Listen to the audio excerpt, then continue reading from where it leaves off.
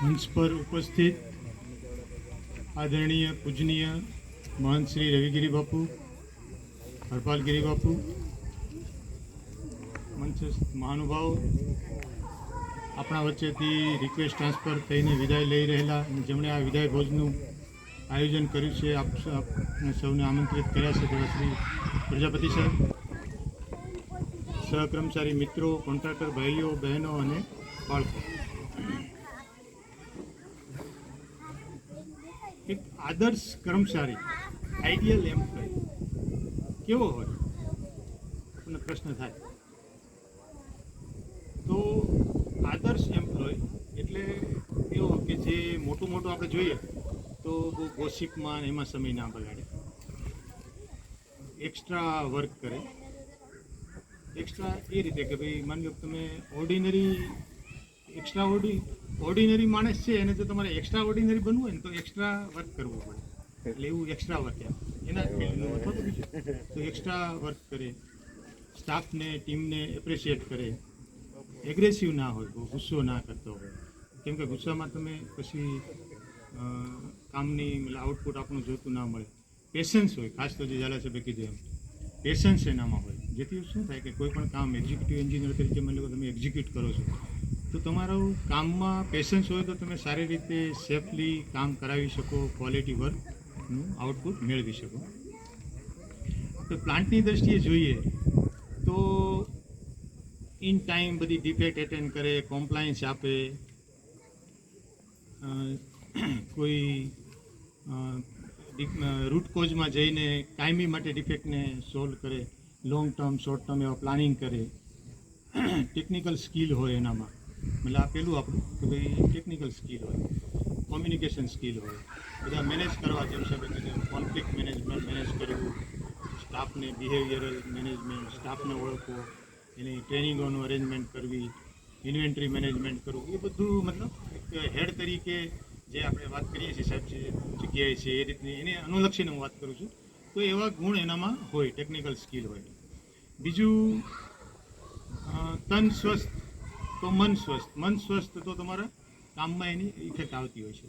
તો આ સ્પોર્ટ્સ અને રિક્રિએશન ક્લબમાં જોડાવવું, બીજી કોઈ સારી પ્રવૃત્તિઓ કરવી, એમાં તમને જે ગમતો એવી પ્રવૃત્તિઓ કરવી, સ્પોર્ટ્સ એક્ટિવિટીમાં બીજા જે કરતા હોય એને આપણે ઉત્સાહિત કરવા, એ એક આવે છે. બીજું માની લો કે તમે કોઈ લીડર છો યુનિયનમાં, તો એમાં કેવા તમારામાં ગુણ હોવા જોઈએ.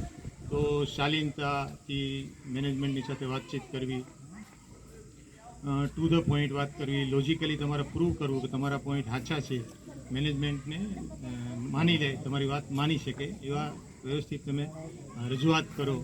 એ એક યુનિયન લીડર તરીકેના એનામાં ગુણ હોવા જોઈએ. તમને લાગશે કે આ અત્યારે વિદાયમાં આ બધું છે ક્યાં વાત કરે છે એમ, પણ ખરેખર આ વાત કરતાં મને હર્ષ અનુભવું છું. જેમના નામમાં પણ હર્ષ આવે છે એવા Harshadbhai Prajapati, executive engineer BMD, એનામાં આ બધા જ સદગુણ છે. મેં 5 વર્ષથી એ સાહેબ આવ્યા જૂન 22માં, હું નવેમ્બર 22માં આવ્યો. મેં ઓલમોસ્ટ 5 વર્ષ સુધી એમની સાથે કામ કર્યું છે, એમને ક્લોઝલી ઓબ્ઝર્વ કર્યા છે અને આ દરેક ગુણ એનામાં છે. એટલે હું આ તમને વાત કરું છું કે એક આદર્શ એમ્પ્લોય તરીકેના એમનામાં માની લો કે આપણે BMD તરીકે જોઈએ તો કોઓર્ડિનેશન મિટિંગ હોય તો દરેક વખતનું એમની પાસે રજની માહિતી હોય. કોઈ પણ ડિફેક્ટ હોય તો એનું લોંગ ટર્મ પ્લાનિંગ શું કર્યું છે એ ખબર હોય, પેપર વર્ક છે, પછી આ બધી જે કંઈ ડ્રાફ્ટિંગ એમનું બહુ બેસ્ટ હોય.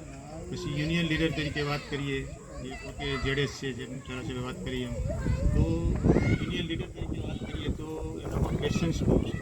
શાલીનતાથી તમારી સામે રજૂઆત કરે અને ટુ ધ પોઈન્ટ રજૂઆત કરે અને એવી રીતે લોજિક મૂકે કે મેનેજમેન્ટ વાત માનવી પડે કે એના બરાબર છે, કદાચ કે સમજાવે. બીજું ગાઈડ પણ કરે.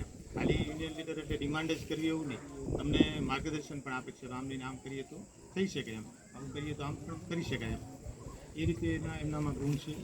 પછી સ્પોર્ટ્સ રિક્રિએશનમાં મેં જોયું દરેક ફંક્શનમાં એ હાજર હોય. પછી ધાર્મિક બાબતો જ્યારે સવારમાં હું જોઉં છું ત્યારે મંદિરે થઈ પછી આમ આગળથી બેસતા હોય. એટલે દરેક વસ્તુમાં દરેક રીતે મતલબ આપણે એમ કહેવાય ને કે મલ્ટી સ્કિલ અથવા તો મલ્ટી ડાયમેન્શનલ એમની પર્સનાલિટી છે.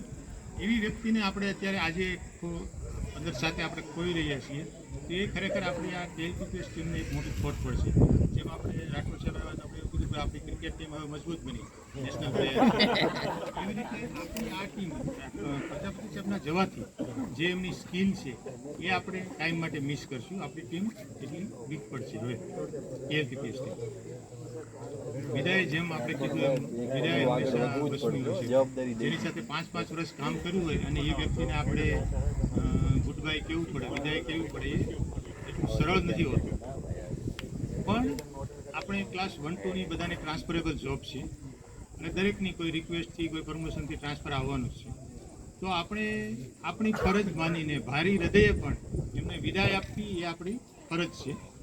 એમના આ વિદાય એટલે એક પ્રકારનું ફીડબેક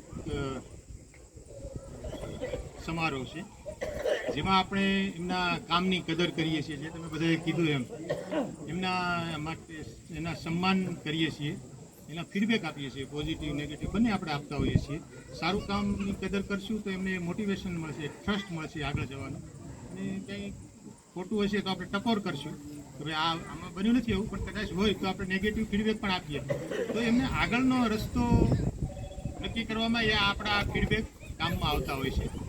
હવે એમને વધારે ના થાય, એમને આગળની સફર સારી રહે. અહીંયા જેમ એમણે એક્સલન્ટ પરફોર્મન્સ આપ્યું છે એવું જ એક્સલન્ટ પરફોર્મન્સના ઉત્સાહ શિખરો સર ગાંધીનગરમાં સર કરે તેવી શુભેચ્છા સાથે વિરમું છું.